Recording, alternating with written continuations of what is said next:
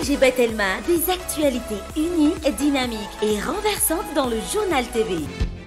Choisissez des matériaux sûrs pour vos constructions et votre foyer pour ne plus stresser. Vatimax, Manulcianoni vovó.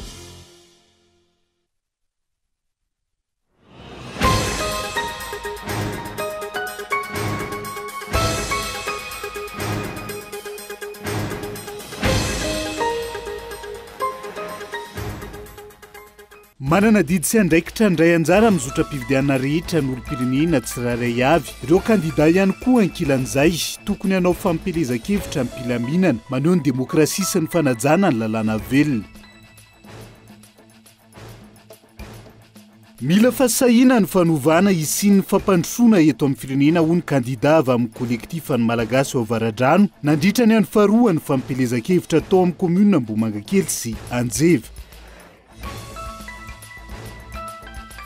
Zaza telo taona ny voamarina fa maty ny kolera tany amin'ny komuna iray ao Mayotte. Misy 9 ny tranga voamarina hatramin'ny tapaky ny volana Martsa amin'ity valana retina ity araka ny tatitry ny manam-pahefana any an-toerana. Ny Antsiprian'izay.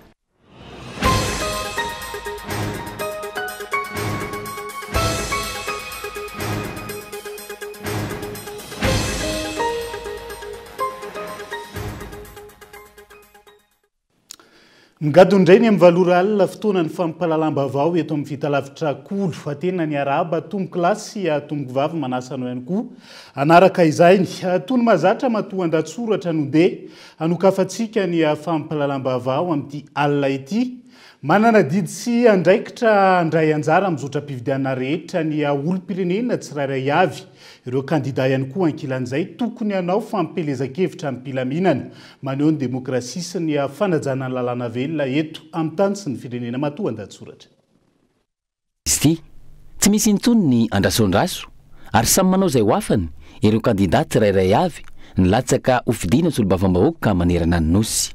Nilamina amin'ny ankapobeny ny andro voalohany omaly nanokafana tamin'ny fomba ofisialy ny fampelezan-kevitra.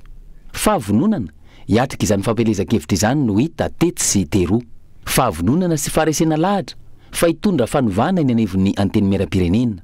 Io androm-panjakana io izay ankinany ho avy ny firenena iray manontolo sy ny filaminana ary ny fampandrosoana marina any Madagasikara. Tsikaritra ihany koa indrindra ho an'ny kandida laharana faharoa eny Avaradrano ny fahavononana ampiatra marina ny tena demokrasia sy ny fanovana.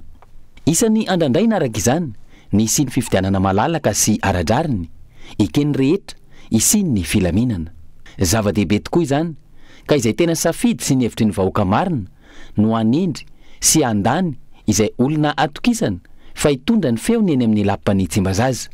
Manana didy goavana mantsy ny solombavambahoaka ka tsy ho sanatria solombavambahoaka mpanangatanana sy mpanao eny mandrakariva tahaka ny fahita tatoato no ameno io lapa io. Manana didy sy andraikitra amin'izany ny olo-pirenena tsirairay avy dia ny fandraisana anjara mavitrika amin'ny zotra-pifidianana rehetra. Mialoha, mandritra ary aoren'ny fifidianana. Mialoha satria ny vahoaka no resena lahatra amin'izao fotoan'ny fampelezan-kevitra izao. Ny vahoaka no mijery sy mamantatra ary koa manavaka sahady ny vary sy ny tsiparifary. Efa hita miariary amin'ny fihetsika sy ny fanehoan-kevitra mandritra izao fampelezan-kevitra izao izany hoe vary sy tsiparifary zany. Hita sy tsapa izay kandida sy ireo mpirailisitra aminy avita hikatsaka marina ny tena tombotsoan'ny firenena ka hitondra marina ny feony madinika amin'ny maso olo-bavam-bahoaka azy ireo. Mazava ho azy fa mifamatotra amin'ny fomba fihetsika ny zava-misy ary ny tantara teo aloha izany safidy sy famantarana izay tena hisolo-tena ny vahoaka izany. Mandritra ny fifidianana ihany koa satria tsy misy afa-tsy ny famitana didy ny mandeha mandrotsa-bato amin'ny andron'ny fifidianana ihany no ahafana manamarina izay tena safidy ny vahoaka izay. Tsy anakery velively io safidy nataonao io raha tsy tonga mandatsa-bato amin'ny andron'ny fifidianana. Aoriana ihany koa satria tokony anara-maso hatramin'ny farany ny olo-pirenena tsirairay avy ary tokony ho sarotiny amin'izay safidy nataony. Mitarika fahaverezan-jo mantsy ny tsy fanajana ny safidin'ny olona indrindra amin'ny resaka fifidianana manakaiky vahoaka tahaka izao. Entanina hatrany araka izany ny vahoaka rehetra izay tsy mbola very zo andray anjara mavitrika sy ampilaminana amin'ny zotra-pifidianana. Izany hoe fifidianana tsy misy herisetra, tsy misy fandrahonana ary osoka. Fifidianana tsy misy fitanilana, fampiasana olona sy fitaovam-panjakana. fifidianana manaja ny lalàna velona. Resy lahatra ny rehetra fa tsy misy akoatra izay ny lalana ahafana mametraka filaminana eto amin'ny firenena. Ireo vahiny sy mpiara-miombonantoka amin'ny Madagasikara aza ny laza, isan'izany ny masoivo Amerikanina, fa manan-danja lehibe amin'ny fifandraisana maneran-tany, ny fampiroboroboana ny sotoavina demokratika ary manohana ny ezaka rehetra izy ireo isy ny fifidianana mangarahara eto Madagasikara. Nanamafy ihany koa izy ireo fa tokony hanao fampelezan-kevitra amin'ny mpilaminana, maneho ny demokrasia sy ny fametrahana fanjakana ireo kandida mpifaninana. Midika izany fa na ireo kandida mirotsaka ho fidiana na ny olo-pirenena tsirairay avy dia samy manana andraikitra sy adidy amin'ny fanatanterahana araka ny tokony ho izy izao fotoana ny fampelezan-kevitra izao. Samy manana adidy hiatrika ny fifidianana rehefa tonga ny fotoana ary manana andraikitra ihany koa anara-maso sy ho sarotiny amin'izay safidy nataony. Zava-dehibe izany satria ny fifidianana solombavam-bahoaka no fifidianana manakaiky vahoaka indrindra, ka izay tena etaeta sy safidin'ny vahoaka tokoa no isan'ireo mpikambana eny amin'ny lapan'ny demokrasia eny Tsimbazaza. Mandeha ny fampelezan-kevitra amin'izao fotoana fa mitohy ary mihamafy ihany koa ny trangana fandekan-dalàna ataon'ireo kandida volomboasary amin'izao fotoana ny fampelezan-kevitra izao. Mibaribary ny fampiasan'ireo mpampianatra ao amin'ny distrika Navaradrano ho fampandaniana ny kandida Irmara ankehitriny. Miditra nitsehatra ho fanatanterahana izany ny chef Sisiko miaraka amin'ny fanaparany ny fahefany. Eo anatrehany ity tranga ity andrasany indray izay mety ho fanapahan-kevitra ny senisy ny fitsarana avo momba lalam-pandrenona olona saina. Mibaribary atao ny tafika andrefa-tanàna ny tranga fanjikan-dalàna, fampiasana sy hafanirena ireo mpiasa-panjakana ho fampandaniana ny kandida volomboasary ao amin'ny distrikany Avaradrano. Raha ny fitarainana voaraika sy ny angom-baovao no tanterahina atao amin'ity distrika ity, mihamafy ny tsindry mahazo ireo mpampianatra sy mpandrarà amin'ireo sekoly miankina amin'ny fanjakana amin'izao fotoana ny fampelezan-kevitra izao. Terena arahina ara-matahora samihafa ireo fampiasa-panjakana ny amin'ny filazana fa izay tsy manaraka ny toromarika politika omeny ny chef Sisiko sy ireo olom-botendry misehatra amin'ny fampianarana ao Avaradrano avy hatrany hiarany ny famindran-toerana na affectation fa ihany koa hotapahana ireo tombotsoa samihafa tokony hositrany amin'ny mampiasa-panjakana azy. Manao izay hoafany ireo tompon'andraikitra eo amin'ny sehatra ny fanabeazana ho fampandaniana ny volomboasary. Fa mitady ny fomba rehetra ihany koa ireo tompon'andraikitra eo amin'ny sehatra ny fahasalamana manao tsindry-bokotra ireo mpitsabo, infirmiera sy ny maro hafa ao Avaradrano ampandaniana ny lazaina fa kandida mpanjakana. Ity fanitsakitsahana ny lalàna ataon'ny kandida Irmara ity izay tsy voa izao hafaefa hatramin'ny pré-campagne. Zay ivony ny 17 aprily teo no vorin'ny chef Sisiko sy ny kandida volomboasary atao ankadikely ilafy ireo mpampianatra amin'ny sekoly miankina amin'ny fanjakana. Hatramin'izao 3 volana fahatelo izao vanim-potoana fanomanana farany ny fanadina-mpanjakana izao no ivory matetika ireo mpampianatra ho fampandaniana ny kandida volomboasary. Mandefitra aloha araka izany ireo mpianatra fa mbola ampivoriany chef Sisiko sy ny mpiarady amin'ny politika ireo mpampianatra. Terena ireo mpiasa-panjakana misehatra amin'ny fampianarana sy ny fahasalamana ary ireo sampandrara-panjakana samihafa ao amin'ny distrikany Avaradrano. Andrasana manoloana izany ny fanazavana sy ny fepetra ho raisiny seni na ny voametra maleo tena misana ny fifidianana manoloana ny fanitsakitsahana ny lalàna.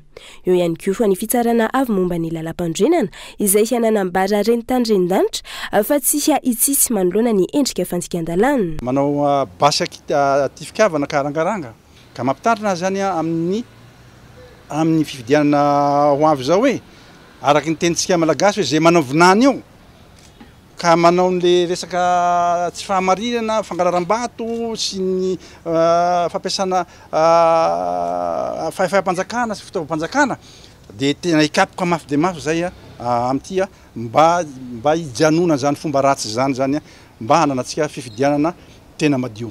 Raha ohatra misy fioara-pefa amin'io zany dia mety fanafoanana le fangalana andaharana na disqualification les candidats.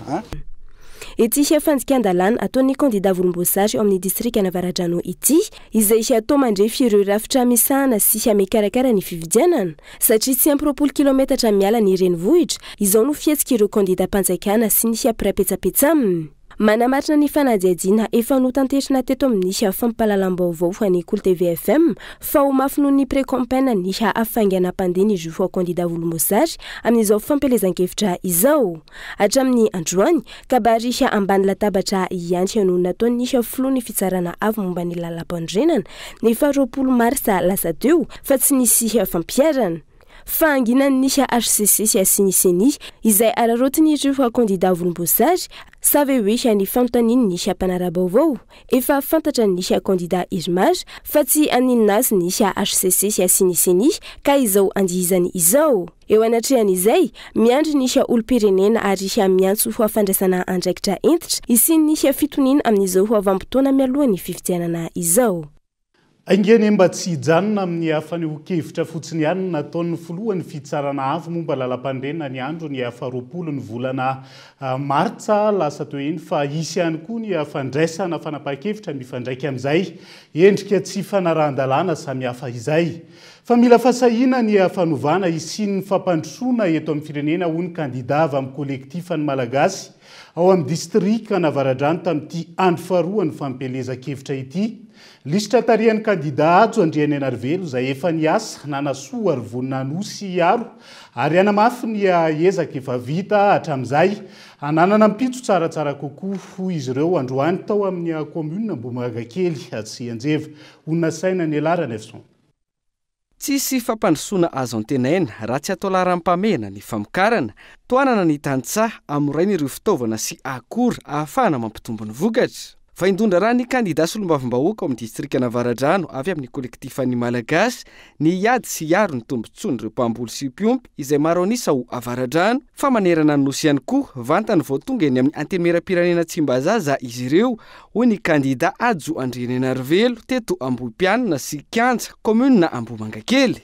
Fiarovana ny tantsaha amin'ny alalan'ny lalàna fa ihany koa eo amin'ny sehatry ny fananantany no ireo tantsaha izay mamboly amin'ny tebiteby amin'izao fotoana. Eo ihany koa ny ady sisika amin'ny fampitomboana ny vola atokany fanjakana ho an'ny sehatry ny fambolena sy ny fiompiana hoy ny kandida lisitra faharoa Ratavila Andry. Ho an'ny androany nisy ny fanohanana hita maso nataon'ireo kandida ny kolektifan'ny malagasy teto Avaradrano ho an'ireo tantsaha teto Ambohipianina sy Kianja commune Ambohimangakely ka nanolorana zezika ho azy ireo anatsarana ny famokarana. Tena zezika dia zaraina amin'ny mpamboly eto zezika NP4 tena toy izy fambolena souffleur araka le teneniko taria Ambohimangakely fa aloha mamboly souffleur zay mitorak'olona amin'ny grenade lacrymogène zay moa dia nihinana mihitsy tamin'iny marary dia zay nijoroantsika dia mila satsika manova zavatra dia mamboly alohanay manampy anareo amin'ny fambolena satria ny tanjonay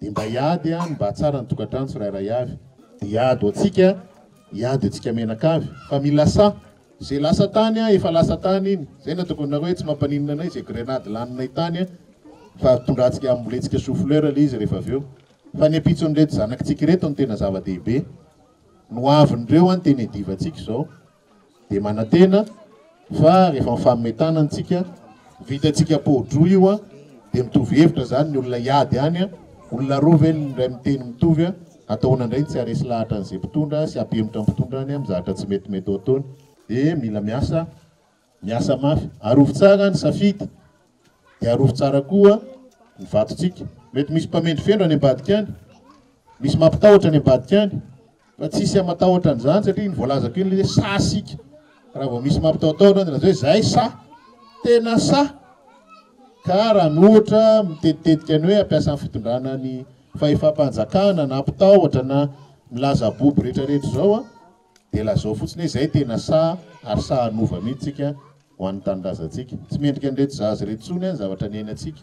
Notoanana ireo tantsaha fa tsy diso anjara ihany koa ireo ankizy tanora teto Ambohipianina sy Betsairaina ary Kianja isan'ireo fokontany mandrafitra ny commune Ambohimangakely notolorana fampitaovana ampirisihana azy ireo ho tiany fanatanjahantena. Fanamina sy baolina ho an'ireo mpiangaly ny taranja basket sy football no natolotry ny kandida laharana faharoa eto Avaradrano ho azy ireo. Ho an'ny fokontany Kianja natolotra ho an'ny vahoaka androany ihany koa ny Popindrano manoloana ny olana misy ankehitriny. Teo akaiky ny vahoaka hatrany ireo kandida ny kolektifan'ny malagasy eto Avaradrano ary izao manamafy ny roa-pihavanana eo amin'ny roa tota izao. nisy arak'izany ny fanohanana ireo vehivavy sy tanora manoloana ny olona ny tsy fananana asa ankehitriny ka nanomezana azy ireo ny fanofanana manamboatra savony. Vahoaka Navaradrano izay mikaikaika manoloana ny fahasahirana iainan'izy ireo amin'ny andavanandro. Teto amin'ny commune Anjeva toy ny tany tsy misy fanjakana hoy ny solotenan'ny mponina. Miady rery ny vahoaka ka mananteny izy ireo fa izy tokoa ny fanovana araky ny teny filamatra ny kolektifa ny Malagasy.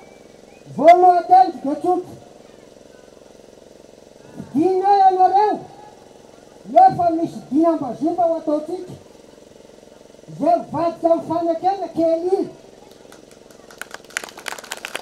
ray zay faharoa raha tonga amin'ny toerana aminareo tsy mila depite mpanangatanana fotsiny zay ka hoe misy ame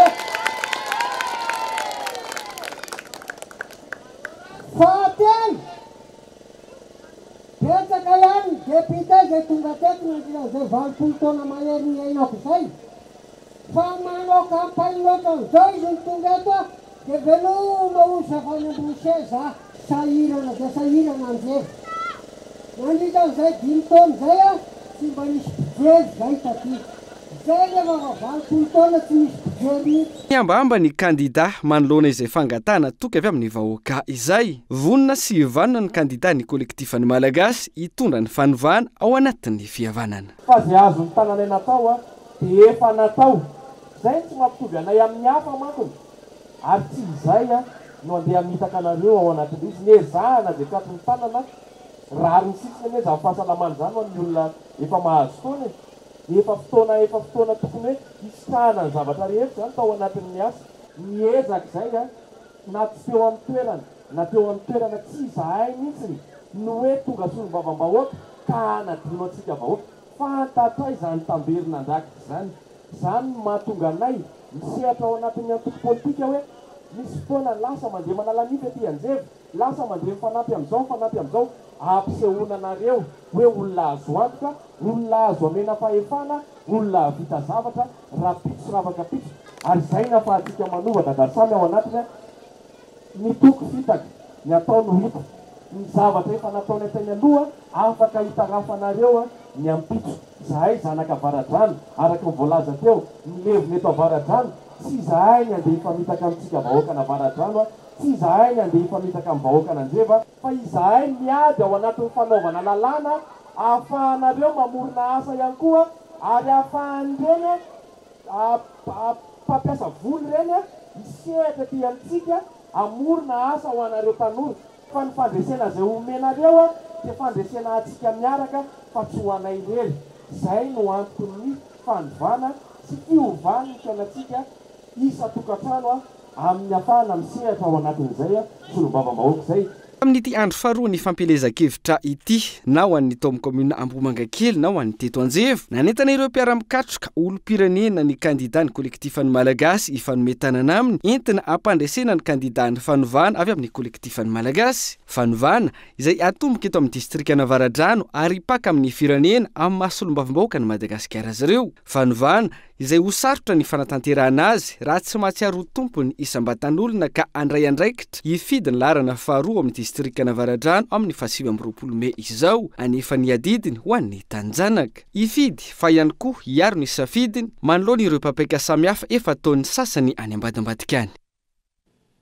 Iverenantsika ny akon'izay fampelezan-kevitra izay tamin'ireo distrika hafa rehefa avy eo fa sonsona fiakarany Jesosy Kristy any an-danitra feno avokoa ny fiangonana rehetra nandritra ny fankalazana ny sorona masina ary maro eo nandray fahasoavana tamin'ity androan'ity. Ho an'ny akarany dotam-penaka manokana ny konfesy voalohany no niraisin'ireo ankizy sy ny tanora mialoha ny andraisana ny kominio voalohany amin'ny Pentekoty. Kaeton Andriatsilavo. Fety voadedy ho amasinina ny androandroany, efa 10 andro aorian'ny Pâques, 10 andro mialohan'ny Pentekoty no ankalazana ny Ascension na ny fiakaran'ny tompo any an-danitra. Maro tamin'ireo kristianina no namonjy fiangonana. Ny ompana bebe kokoa tamin'ny fanazavana, ny fiakaran'ny tompo any an-danitra ny torteny sy ny liturgia. Alleluia,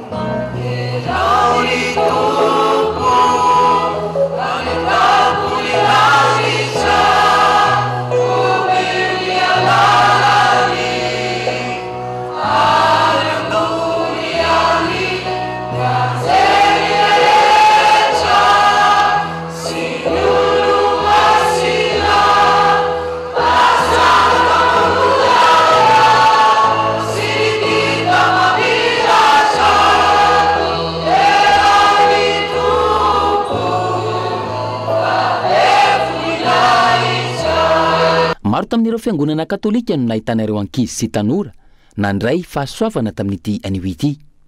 Feno avokoa ny fiangonana tahaka ny teto amin'ny Ekarandotam-penaka izay nahitana ireo mpianatra katesizy nanao confesy voalohany mialohan'ny andraisana ny komini voalohany amin'ny andro ny Pentekoty. Amin'izao Ascension zao izay fiangonana katolika maneran-tany no mankalaza azy satria andro voadidy ho amasinina dia ny paroasy tsirairay moa samy manana ny fandaharam-potoanany ka ny fiangonana ny Karamasina Antsilandotam-penaka dia no mariana fa androany no anaovana ny confesy voalohany mba ho fanamariana izay Ascension zay.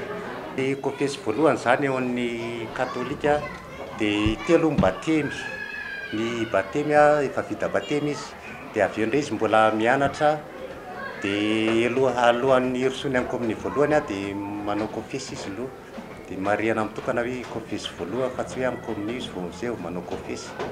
Dia ny komini voalohany moa mbola misy indray amin'ny Pentekoty izay fanamariana manetriketrika any koa satria andro voadidy ho amasina daholo izany rehetra izany.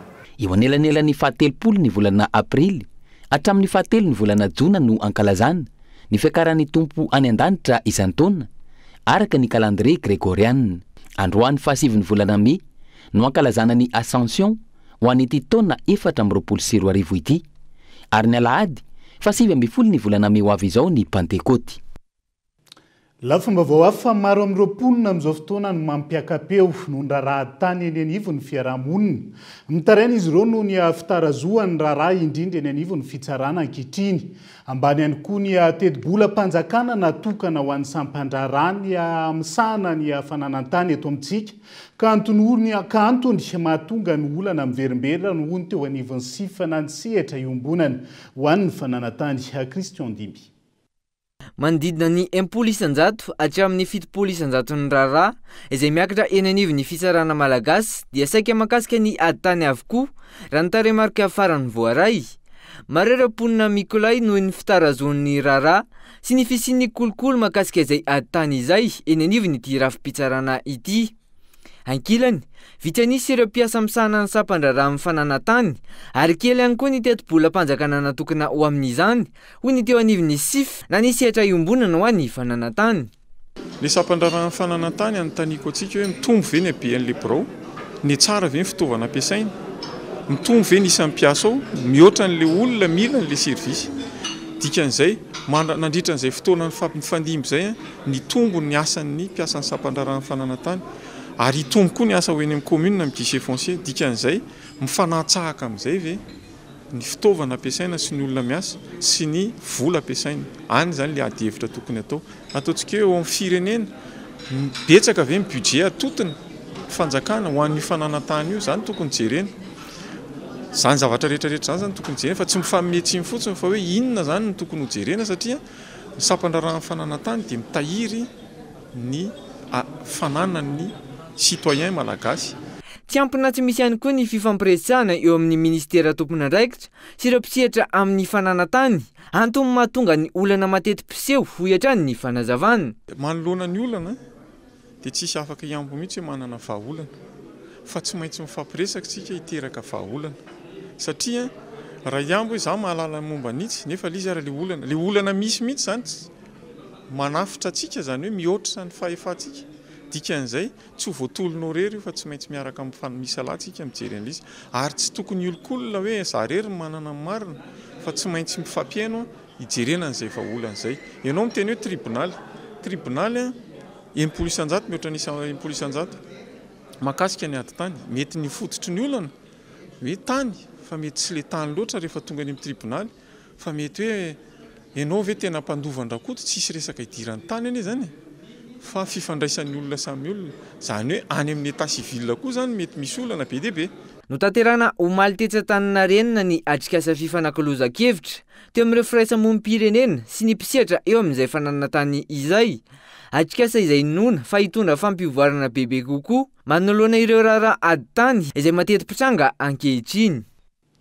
fa mitarasoka ny fampandrosoana ny Madagasikara amin'izao fotoana noho ny fanaovany fanjakana tsinotsinona ny sehatry ny fampianarana. Hoy ny Jeneraly Ramakavely Désiré, ny SFKF na ny hetsika fampiraisana kristianina ho an'ny firenena sy ireo mpisehatra amin'ny fanabeazana izay namoaka tsoakevitra ho fanatsarana ny tontolon'ny fampianarana. Taorian'ny fokonan-doha izay nitanterahana nandritra ny 3 andro teny Mandriambero. Namoaka tsoan-kevitra entina anarenana ny sehatry ny fanabeazana eto Madagasikara, ny SFKF na ny hetsika fampiraisana kristianina ho an'ny firenena, ny vovonana maro toanany maro sy ireo mpisehatra rehetra amin'ny fanabeazana taorian'ny 3 andro fokonan-doha izay natao teny Mandriambelo Ambohidratrimo. Teboka voalohany amin'izany ny fanatsarana ny politika mpanjakana eo amin'izay tontolon'ny fampianarana izay. Fa eo ihany koa ny fanatsarana ny rafitra izay misahana izany, hoy ny filohan'ny vovonana SFKF androany. Araka izany teneninao izany dia izy rehetra na ny anarana fotsiny aza dia mila amboarina, satria ny anarana hoe ministeran'ny fanabeazam-pirenena dia izay ny tena izy, saingy ny atao amin'izao fotoana izao fampianarana fotsiny zany no atao, le taranja no ampianarinao, dia zay zany misy zavatra tokony hovana aloha zay. Ny faharoa, ny fanabeazana zay ataona fampianarana dia tokony hifanaraka amin'ny zava-misy eto Madagasikara, kolotsaina misy eto sy ny sotoavina misy eto, ary mifanaraka koa amin'ny soratra masina. Raha ataontsika hoe mifanaraka amin'ny faritra zany dia tokony hianatra momba ny lavanilina, hianatra momba n'izany ny any avaratra, hianatra momba ny kakao ny any avaratra, ny ao Ambatolampy mianatra momba ny aluminium. Dia reny zany tokony atao isaky ny faritra mihitsy ahafahan'le faritra mivelatra aingana sy mahazo antoka, satria izay ny sahazana azy. Nanamafy ny Jeneraly misotro ronono Désiré Ramakavelo sady mpanabe fa isan'ny mampitarazoka ny fampandrosoana eto Madagasikara ny fanaovan'ny fanjakana tsinotsinona ny sehatry ny fampianarana eto an-toerana. Ity farany izay nilaza fa mila ampitomboana ny fari-pahaizan'ny zaza malagasy, fa eo ihany koa ny tokony hanomezana fampiofanana matianina ireo mpampianatra sy mpanabe. Fa ny tena zava-dehibe hoe tsy maintsy masoana tao anatin'ity atrikasana atao ity dia hoe tsy maintsy olona ampiofanina ny olona ampita fahalalana, zany hoe ny mpampianatra, ary tsy maintsy jerevana ny momba azy ireo. Zay lafi ny fampiofanan'izay nisy ny zava-dehibe, tsy maintsy jerena ihany koa ny hoe inona no ahatonga azy isy rispo amin'ny fanaovany sy fanatanterahany azany, anisan'izany ny sehatra ataontsika hoe ny karama. Dia tsy maintsy olona manana ataontsika hoe mari-pahaizana araka ny tokony izy, fa tsy izay olona rehetrarehetra te hampianatra dia mampianatra. Raha misy ny zava-dehibe tena tokony masoana ary manana fanodina ampandroso firenena any misehatra ny fampianarana ny tsy maintsy masoana voalohany. Marina fa eo ny toegareny, eo ihany koa ny lafiny ara-pahasalamana sy ny sisa, fa ny fototra tsy maintsy haingana dia any amin'ny fampianarana. Ny dikan'izany raha tiatsika handroso Madagasikara dia tsy maintsy manova rafitsika, tsy maintsy manova fomba fijeritsika, ary dia tsy maintsy araka ny tokony ho izy. Ny farana androany teny Mandriambelo Ambohidratrimo ny fampionana sy ny fikaonandohan'ny mpanabe malagasy. Namoaka fehi-kevitra lehibe izy ireo izay aroso amin'ny ministeran'ny fanabeazam-pirenena sy ireo mpisehatra rehetra amin'ny fanabeazana mahakasika izay fanatsarana ny tontolon'ny fampianarana eto Madagasikara izay. Izay ihany koa no hoentintsika amin'ny seny vetivety ao anaty doka fohy. Mbola maro ny fanadihadiana sy vaovao misongadina mbola hoentina aminao rehefa avy eo.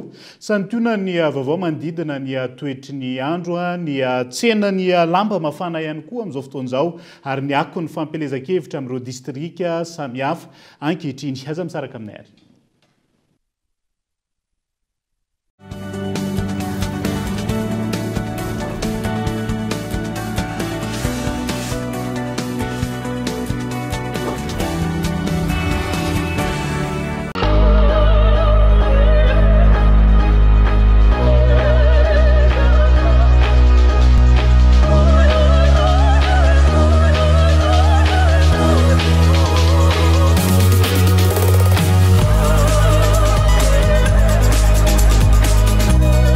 Giga stylé. Avec maintenant plus de data, profite de nettement 25 000 et c'est 4,5 gigaoctets d'internet. Et c'est toujours à 25 000 arrière. Tape vite le dièse 322 étoile 8 dièse.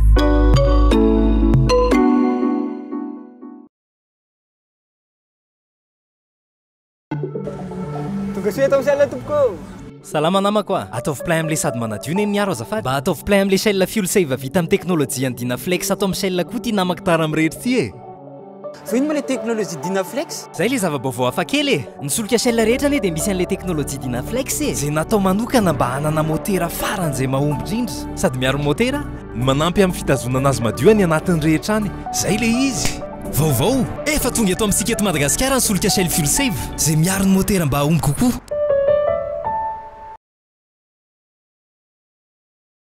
Répète dans mon cœur. Debout.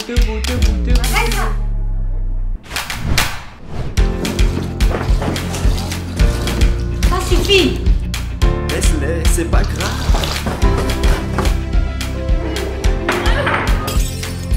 Arrête, c'est pas grave. C'est pas grave.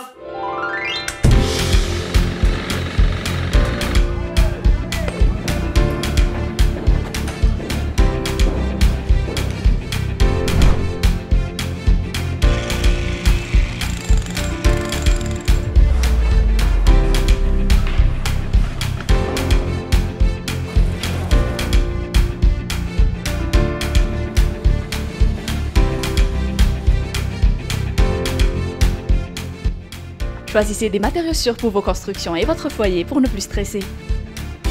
Batimax, la qualité au meilleur prix.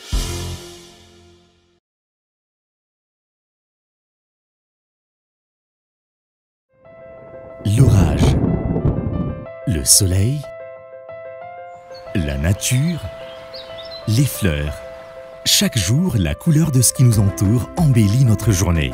Pour rendre la vôtre encore plus spéciale, choisissez Iris, peinture d'exception. Particulier ou professionnel, faites confiance à Iris. Pour tous vos travaux d'intérieur et extérieur, optez pour une gamme de produits de qualité. Iris, peinture d'exception.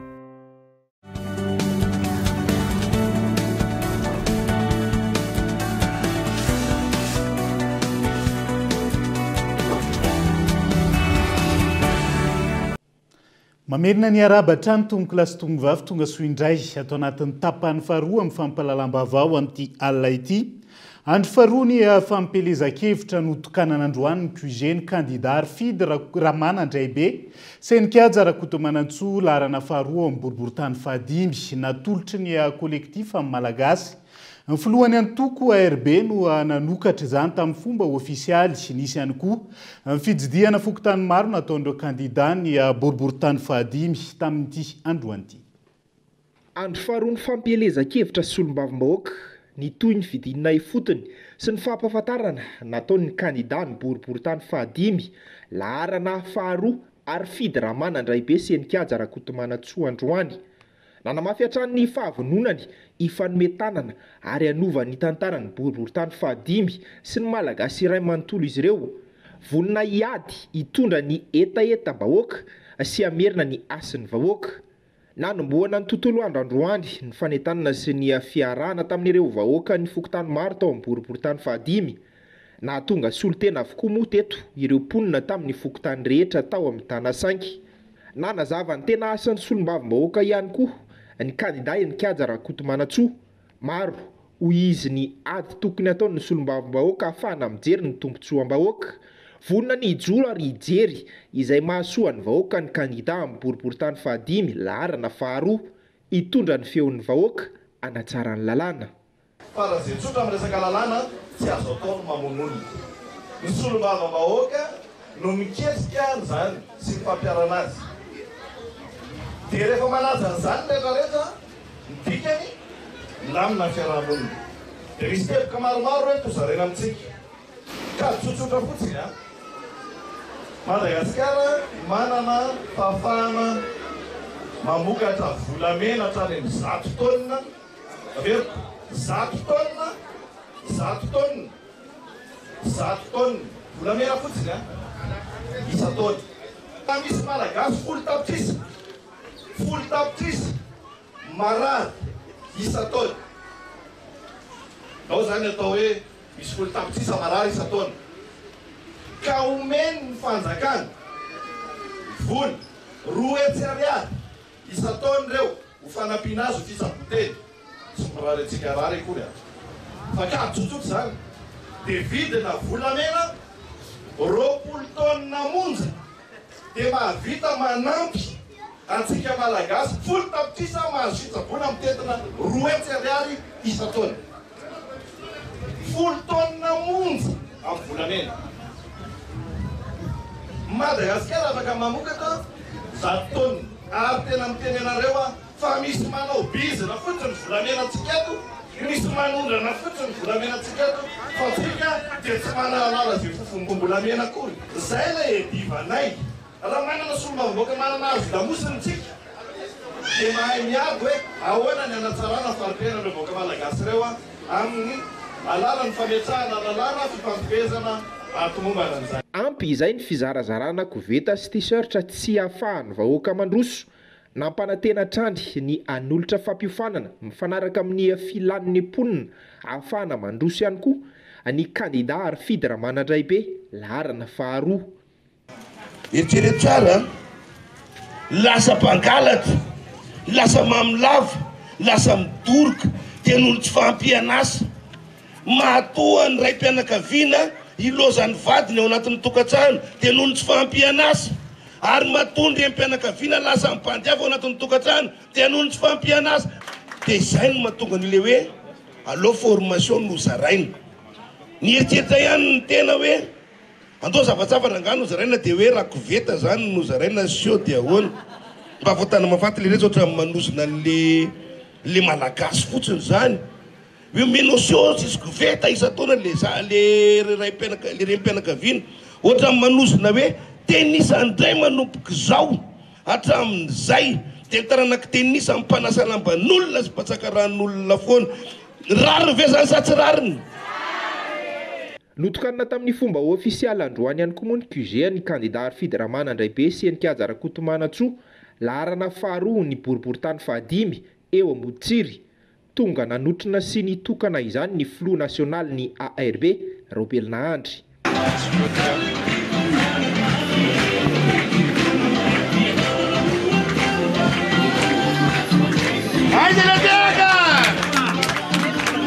Any ny vahoaka rehetra ny firenena fa tsy an'olom-bitsy ampy izay ny fitadiavana tombotsoa manokana fihavanana ho an'ny fanovana ny tanjona ho ny filohan'ny ARB raha ny tafafohy tamin'ny mponina tao amin'ny boriboritany fahadimy izy izay isan'ny lehibe tao amin'ny distrika Antananarivo tana 5 ihany koa ary mahalala tsara ny tena marary ny mponina eny amin'ity boriboritany ity ny fandreseny eto ny savidy tokana nanentana ny olom-pirenena nanao ny adidy mandritra ny Latsizabato ihany koa ny filohan'ny ARB.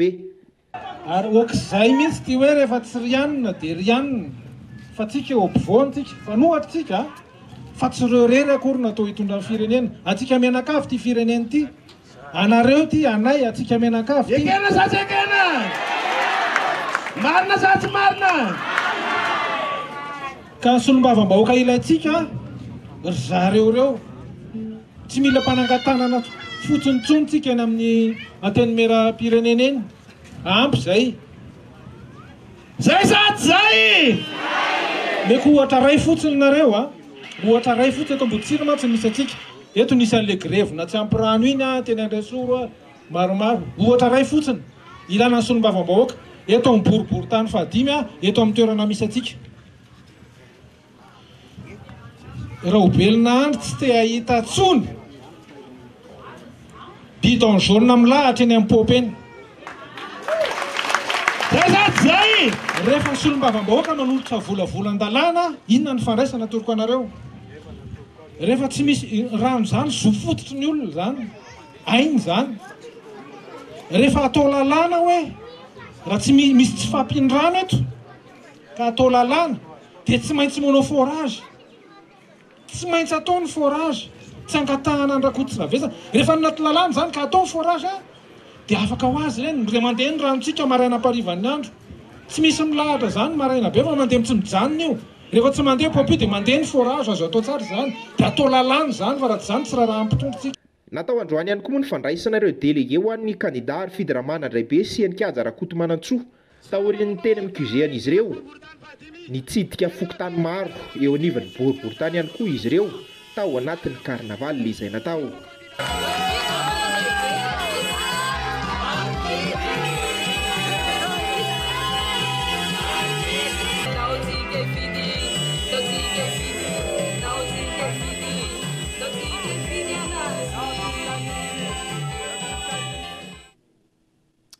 Fanatomboka tamin'ny fitoam-pivavahana sy fitsofandrano ihany koa ny fitsofandrano avy amin'ny ray aman-dreny ara-panahy ny fampilezan-kevitra ho an'ny kandida natolotry ny kolektif amin'ny malagasy tao Ambohidratrimo omaly taorian'izay nidina ny tety fokotany maro tao amin'ny commune Mbomangakely sy Pangabe ny kandida.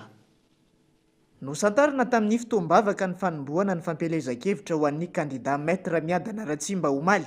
Nisy ihany koa ny fitsofandrano nataon'ny ray aman-dreny am-panahy. Tsy niandry ela fa omaly ihany dia natomboka ny fitetezana ny tanàna teto Ambohitra Manjaka toerana izay fiavian'ny kandida no nanombohana izany.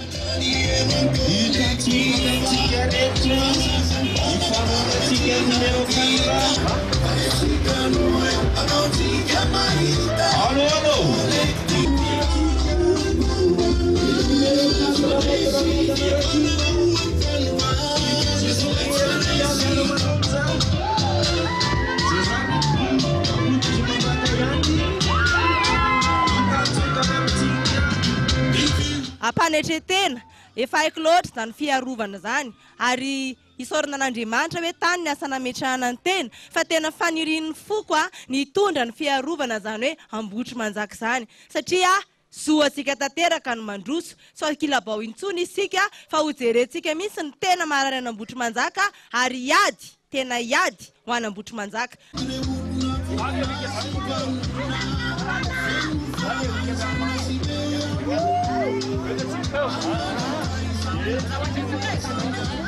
Misy ankaiky azy tiana hevitra ankaiky raha misy hevitra tiana hoentana samy avy aty izy da zany raha ohatra hoe misy hevitra tiana ho akarina zany avy aty dia mba afaka manantana hoe afaka fananina fa tsy miady ambonina tabatra fotsiny. Akaiky avy eto Ambohitra Manjaka zavatra fantatra daholo reny mba hitondra ny tatitra avy aty aminaiko zay mba zavatra mangatahanay. Ho anareo menada kandida mahereza miskina ary tafio ny fahamarinana fa milan'izany ny firenentsika ho antsika vahoaka kosa n'Ambohitra Manjaka tandreny ny rano mandika namany mana zanaka vonina satsika ka nahoana no andika namana fa izao ary tsainy bulletin numéro 4 ho andreo taranakitsika ireo fa raha torantsika ireo fa lamba ho antsika ireo fa ena raha manaovinany amin'ny fiainam-pirenena ka tongava daholo mifidy. Taorian'izay dia niazo ny commune Pangabe olona maro be no nanontrona ireto kandida ireto na mbola andro voalohany aza androany tsy nisy ny fanomanana natao teny fotonteny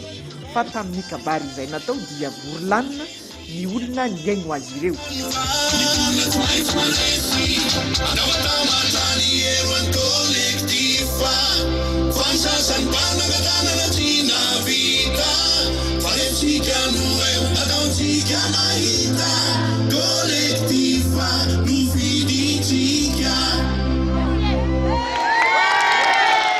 Efa fifamatonga antsika sady ny hoe rehefa tonga eo amin'ny toerana mahasolombavim-boaka izay menata satria izay mino fanao-podro dia ny asa ataonay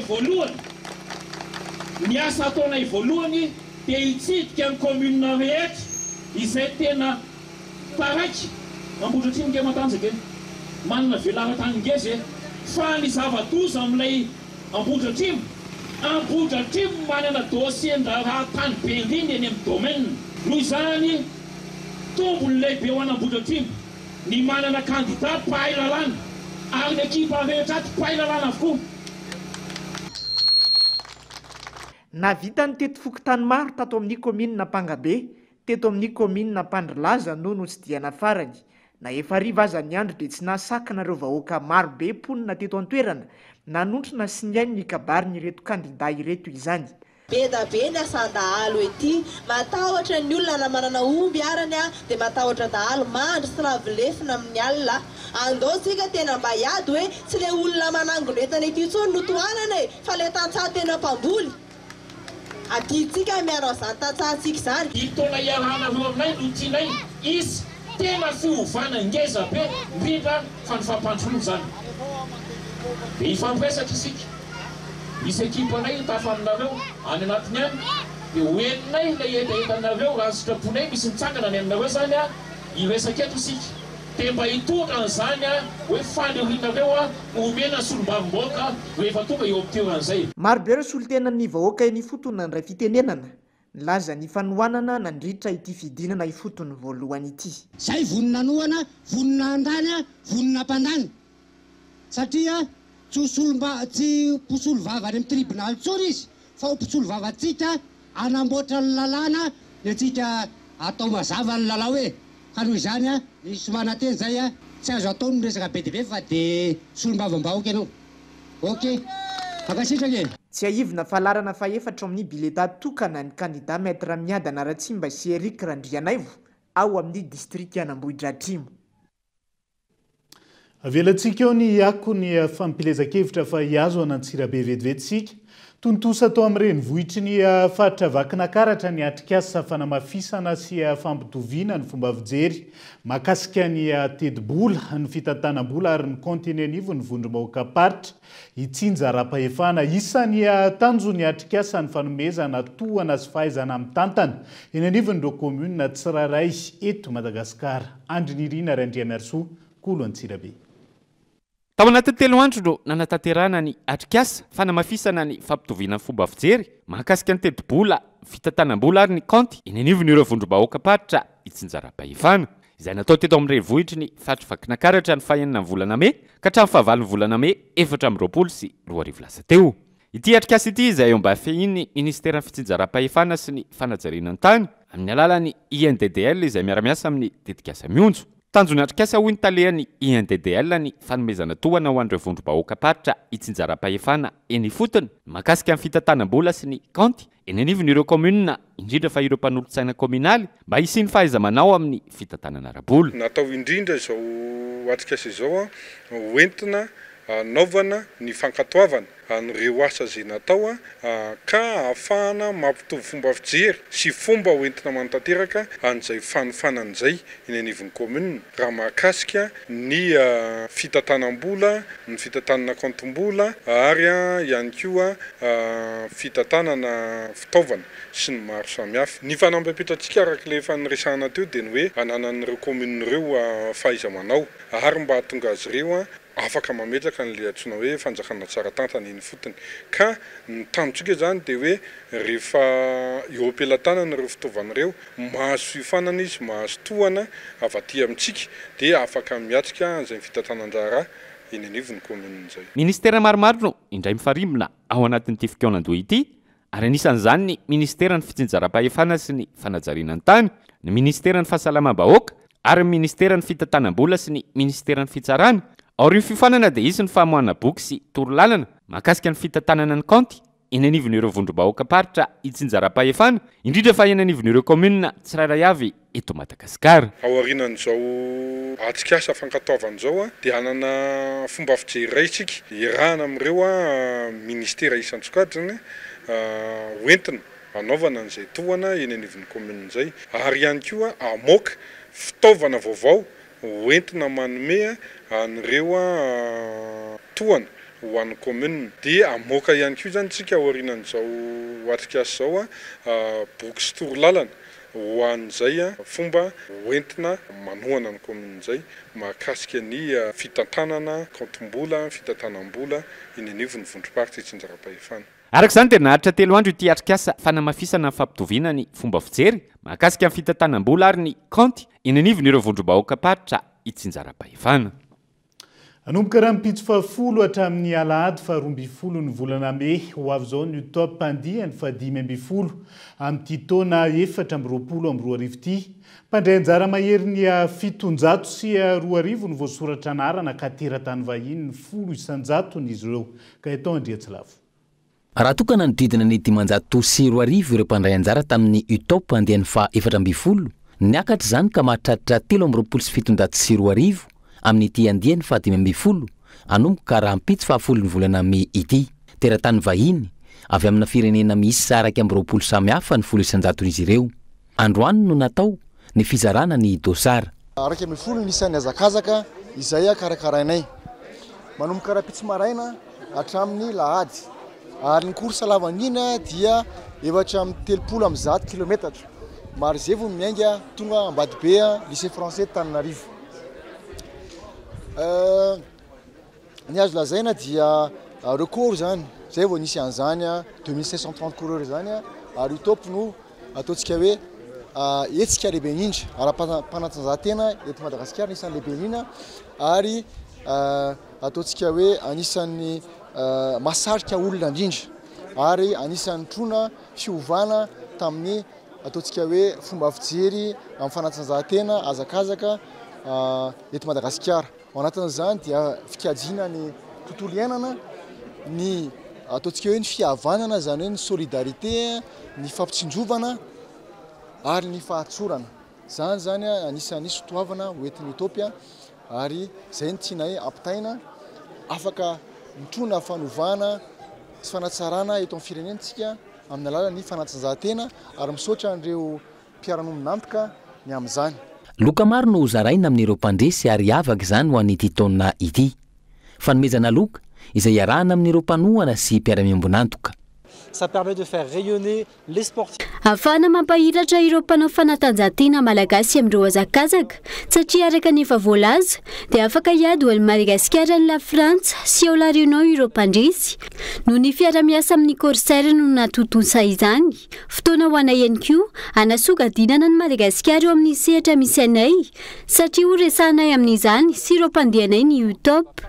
I corsaire izay manana mpandeha 10 sy 7 tapitrisa isan-taona izay aheno ny Madagasikara sy ny UTOP. Qui parler de Madagascar et qui entendront parler de UTOP. Ankoatr'ireo efa mahazatra, misy ihany koa ny course vaovao amin'ity andiany fa 12 ny UTOP ity. Misy ny arty bike io dia resaka bisikileta 3 km ambomiadana atratỳ amin'ny lycée français Tananarivo. Misy koa ny Master Challenge, au Viva Master Challenge, izay course eny amin'ny 310 km anatin'ny 3 andro ary misy ny Master Challenge miaraka amin'ny Master Challenge miaraka amin'ny challenge izay course eo amin'ny 20 km eo atao anatin'ny 2 andro. Zay ngamba ny tena hoe course vaovao amin'ity taona ity. Mandritry ny UTOP, misy ny fanampiana sy ny fanomezana fitaovana ireo mpiazakazaka, ny fambolekazo miaraka amin'ireo mpiara-miombonantoka, ny fanomezana rano fisotro madio amin'ireo tanàna lalovan'ny UTOP, ny fanamboarana ny lalana, sekoly ary koa ny fizarana fitaovam-pianarana.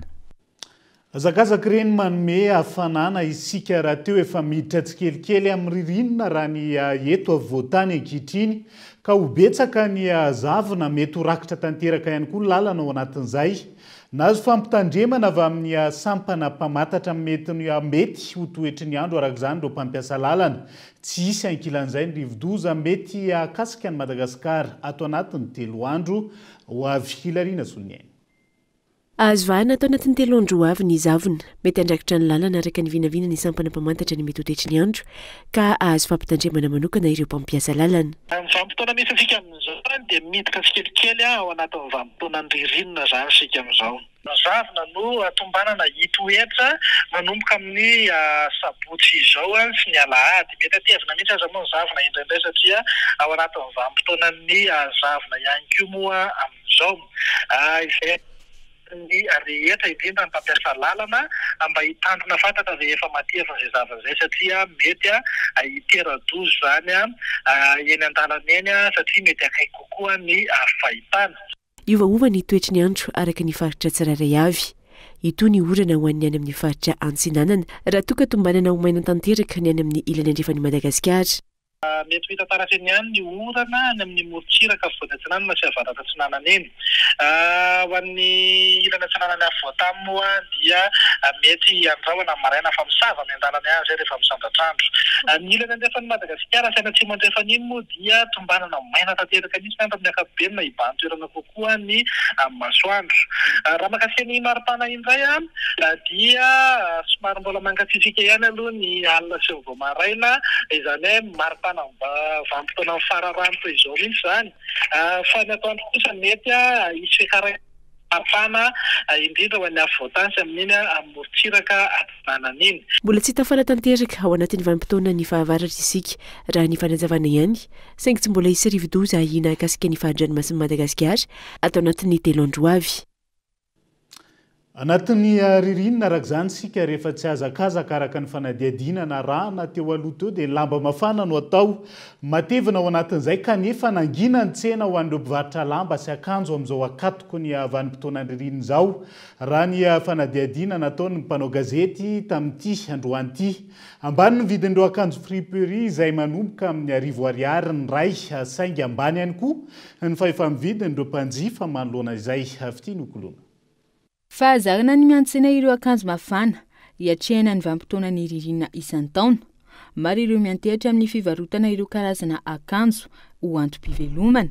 Raha ny tetsy amin'ny tsenan'Ambody Atrimo nanaovana fanadihadiana, efa mirona amin'ny fivarotana ireo akanjo mafana ny ankamaroan'ireo mpivarotra ambany ankelan'ny fahefa-mividy amin'izao volana Mey izao na efa miditra izany volinandro ririnina izany aza ny eto Madagasikara.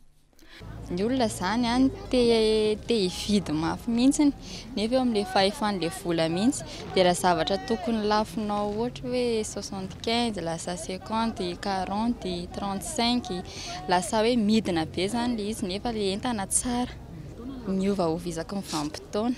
Raha malafy 30 zao dia zao lasa atsasaka izay. Ilay entana moa zany tsara foana eo fa le vidin'ilay izy tsy arakaraka le entana tsara zany amin'ny latsaka foana. Fahazarana rehefa hoe mahay mangatsiaka dia tonga dia mividy, misy raha ny mangatsiaka dia tsena tonga dia andeha hijery akanjo ba. 50 zao no lafo indrindrany dia 25 telo arivo mora indrindra. Tsy ahitana fiovana firy ny vidin'ny iray balina amin'ny friperie raha ny fanazavana hatrany manomboka amin'ny R10 izany. Varotana manomboka amin'ny R10 ankilany singany iray amin'ny lamba. Vitsy ireo mpanjifa manoloana izay fanamorana entana izay. Vao kely vao nalambady dia efa mivarotra lamba, izany hoe dia efa teo amin'ny efa elaela ihany, efa 20 taona mahery izany varotako lamba. Tena mangina zao ny tsena amin'izao, tena mangina na dia misolda ary na dia alefa mora ary netana dia tena ta hoe sahirana ny olona vao mividy. Efa atao 500, 5000, 2000 zao nefa ny entana tena efa atao mora fa tena mbola sahirana ny olona vao mividy. Dia efa vetivety dia lany aloha tena efa niova be mihitsy ny tsena tamin'ity taona ity zany tena mafy be ny fiainana. Niakatra be le PPN dia tena sahirana ny olona vao mividy lamba. Mividy foana ny olona rehefa ririnina, tsy maintsy mividy foana fa tamin'ity tena mafy ny fiainana dia tena tsisy mividy ny olona na dia atao mora ary netana. Kalitao zany taloha ihany moa no miverimberina eo, tsy hita hoe inona fa ny taloha ihany no miverimberina. Karazana entana tsy mitsahatra amin'ny fanafarana isan-taona ny resaka lamba sy friperie. Ny avy any Chine no mitobaka betsaka eto Madagasikara raha ny fanadihadiana hatrany. Saika ahitana ireo karazana entana friperie ireo avokoa ho an'ireo lamba mafana na ho an'ireo ankizy na ireo akanjo ho an'ny olon-dehibe.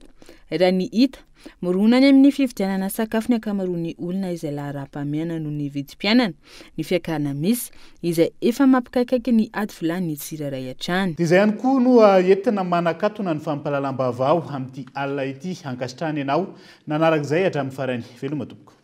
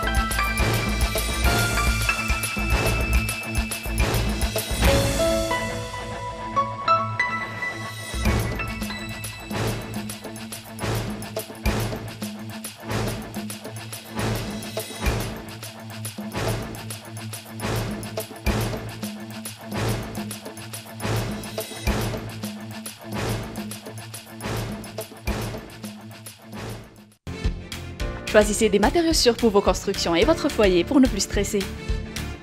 Vatimax vous a présenté Mi Vavao. ONG Bethelma, des actualités uniques, dynamiques et renversantes dans le journal TV.